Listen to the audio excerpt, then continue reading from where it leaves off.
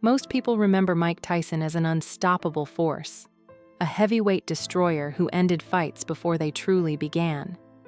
He became the youngest heavyweight champion in history, a symbol of raw power and intimidation. To the public, he was Iron Mike, a once-in-a-generation phenomenon who seemed carved from violence itself. But beneath the knockouts and flashing cameras lived a wounded child who had never learned how to feel safe. Tyson's story is not simply about championships or scandal. It is about trauma, abandonment, manipulation, collapse, and painful rebirth. Every triumph he celebrated carried the weight of unhealed pain. Every fall from grace traced back to scars formed long before fame arrived. The untold truth is this: Tyson was not born a monster or a legend. He was a frightened boy who learned to survive in the only way he knew how: by fighting. A childhood forged in fear. Long before the bright lights of Las Vegas, Tyson was a lonely child, navigating the unforgiving streets of Brownsville, Brooklyn. Poverty was constant. Violence was ordinary. Safety was a luxury he never knew.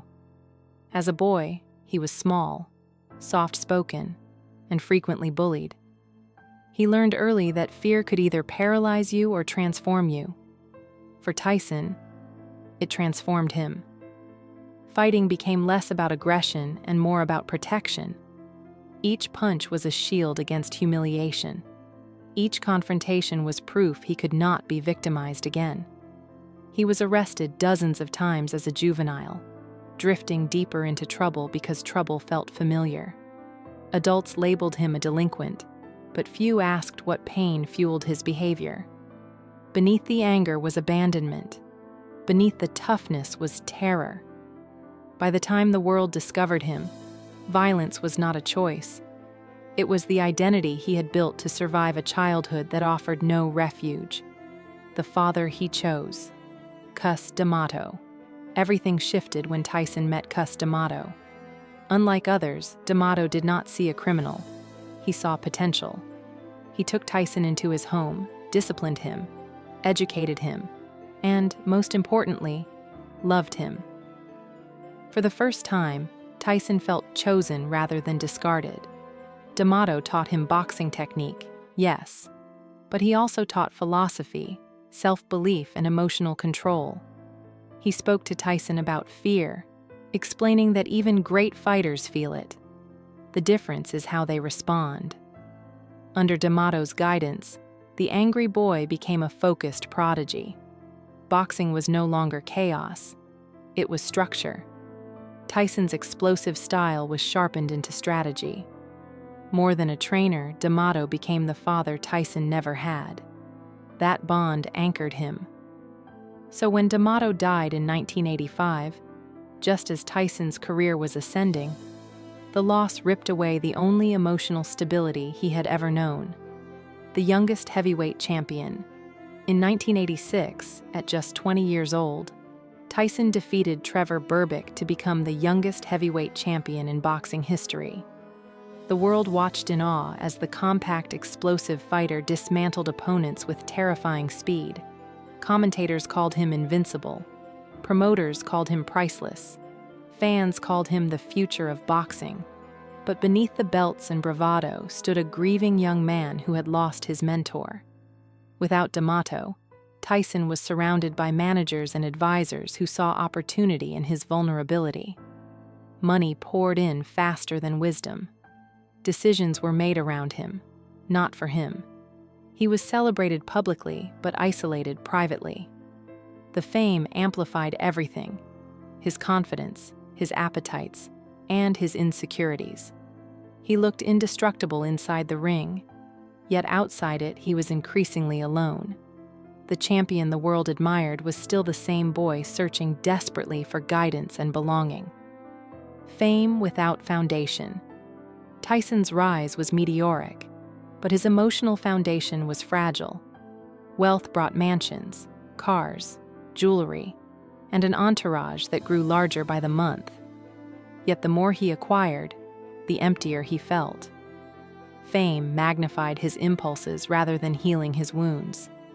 Those around him often enabled his worst behaviors instead of confronting them.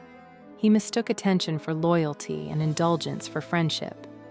The discipline instilled by D'Amato began to erode. Training camps became inconsistent. Nights grew longer. Trust became transactional. Tyson later admitted he often felt like a product rather than a person, a commodity to be promoted and profited from. The public saw dominance. He felt disconnection. Every roaring crowd masked a deepening loneliness. Without a stable inner compass, success became destabilizing. He had conquered the heavyweight division, but he had not conquered himself, and the cracks beneath the surface were beginning to widen. A marriage in the spotlight.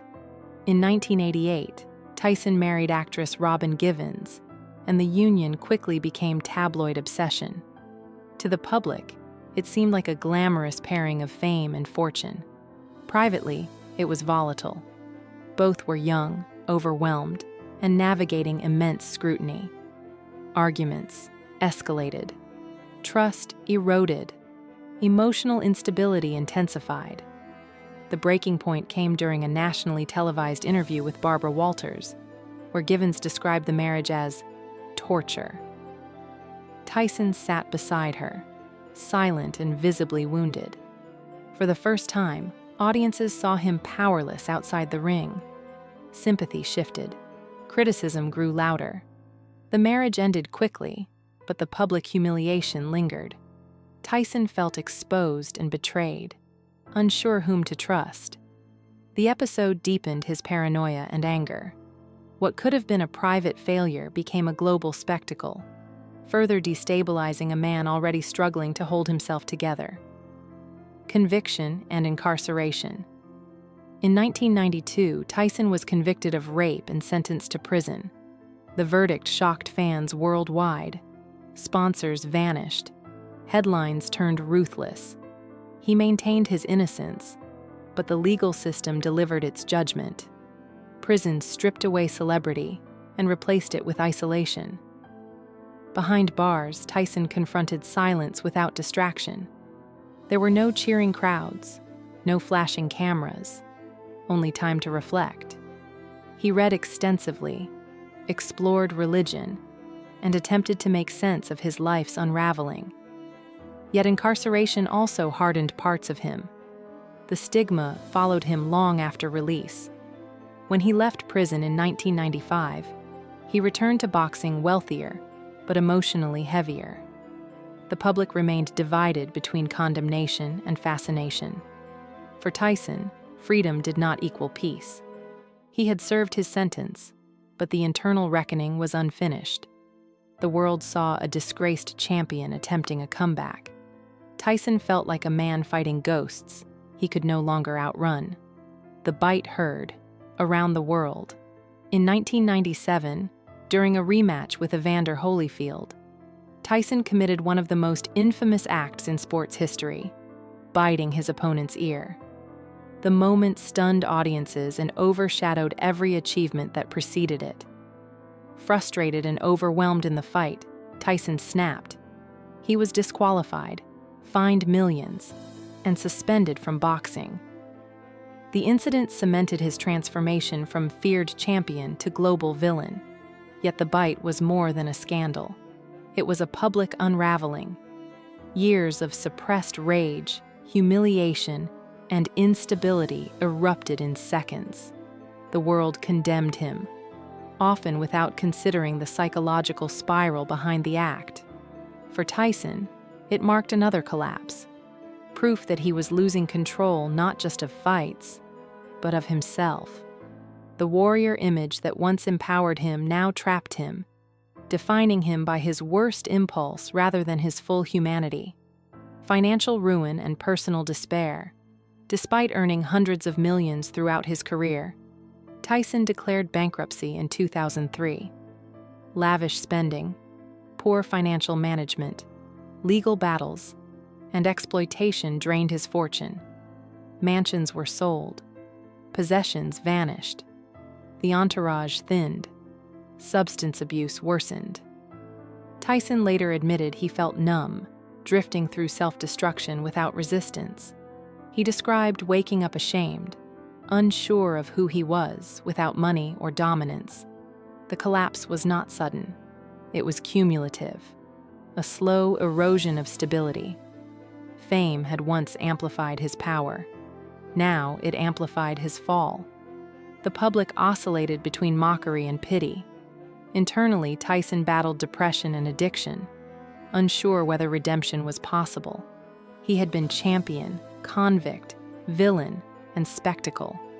Stripped of wealth and illusion, he faced the most difficult opponent yet: himself. The empire he built through fists had crumbled, forcing him to confront the emotional void he had avoided since childhood. Grief, healing, and redemption. In 2009, tragedy struck when Tyson's 4-year-old daughter, Exodus, died in a household accident. The loss devastated him beyond words. Grief pierced deeper than scandal or bankruptcy ever had. For the first time, Tyson confronted pain without rage. He entered therapy, embraced sobriety, and began speaking openly about trauma. His stage show, Undisputed Truth, revealed vulnerability audiences had never witnessed. He spoke about fear, abuse, mistakes, and accountability. Listeners saw complexity rather than caricature. Over time, public perception softened. Tyson did not erase his past, nor did he excuse it. Instead, he acknowledged it.